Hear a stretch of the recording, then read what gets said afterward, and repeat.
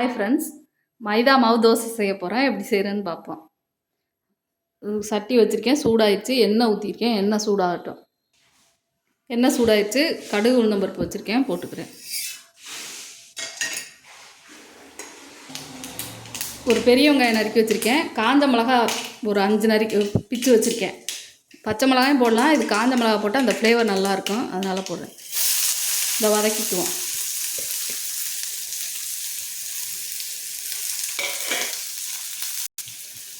கருவேப்பிலை கொஞ்சம் போட்டுக்கிறேன்.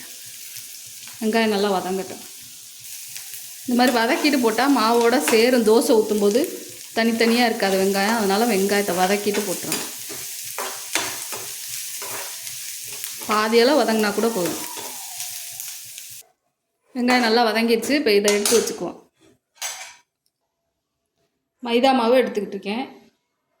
உப்பு சேர்த்துக்குவோம்.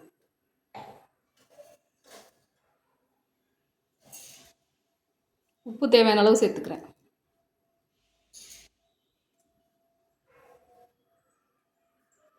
தண்ணி ஃபஸ்ட்டு கொஞ்சமாக ஊற்றி கட்டி இல்லாமல் கரைச்சிக்கணும்.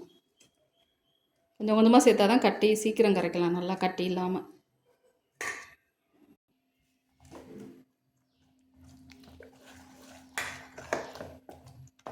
நல்லா இந்த மாதிரி கொஞ்சம் தண்ணியை வச்சுக்கிட்டு கரைச்சிக்கணும். அதுக்கப்புறமா தண்ணி சேர்க்கணும் தேவையான அளவு. ஃபஸ்ட்டே நிறைய தண்ணி சேர்த்துட்டோம்னா கட்டி கட்டி ஆயிரும், கரைக்க முடியாது.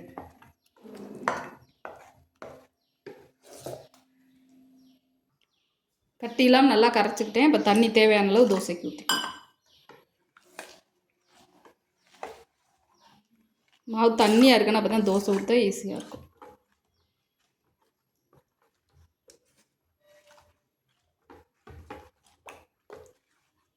இந்த அளவுக்கு தண்ணியாக இருக்கணும். இதை வதக்கி வச்சுருக்க வெங்காயத்தை அதில் சேர்த்துக்கலாம்.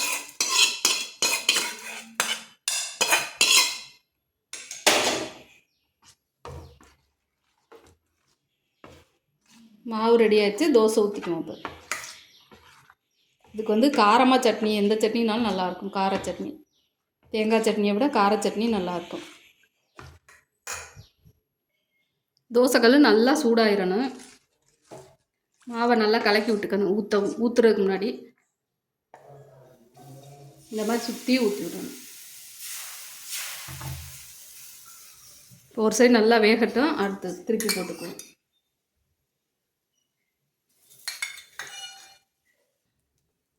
ஒரு சைடு நல்லா வெந்துருச்சு. இப்போ திருப்பி போட்டுக்குவோம்.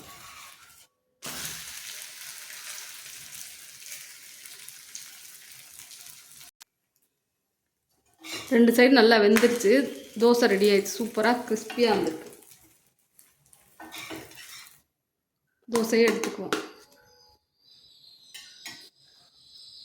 மைதா மாவு தோசை ரெடி ஆயிடுச்சு. இதே மாதிரி நீங்களும் செஞ்சு பாருங்கள். இந்த வீடியோ பிடிச்சா லைக் பண்ணுங்கள், ஷேர் பண்ணுங்கள், சப்ஸ்கிரைப் பண்ணுங்கள்.